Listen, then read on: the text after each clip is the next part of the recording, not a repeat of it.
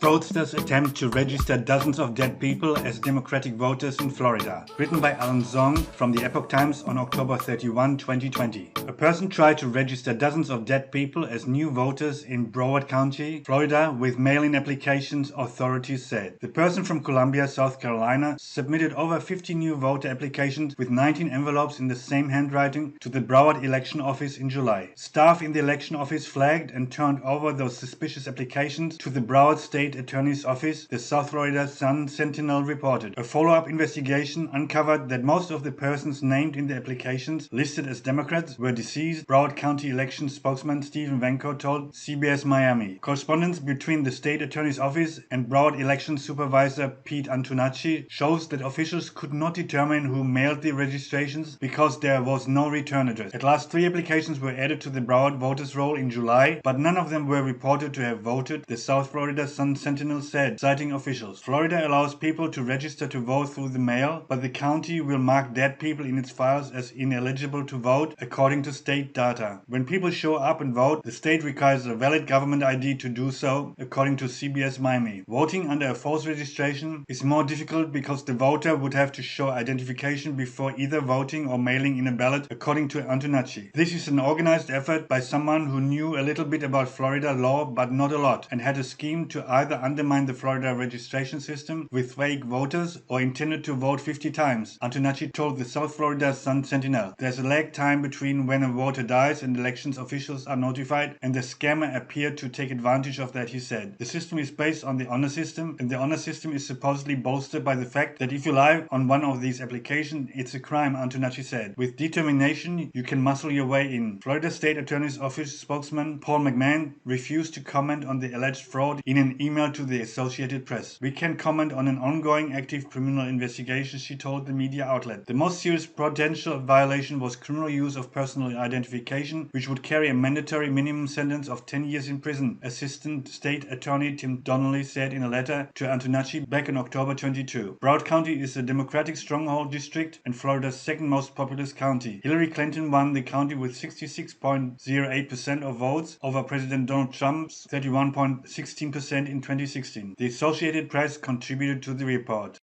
If you like my content, please subscribe, watch, like, comment and share, both on my main and my backup channel. I cannot rely on YouTube to recommend my videos to other people, if you know what I mean. And of course, join our Facebook group.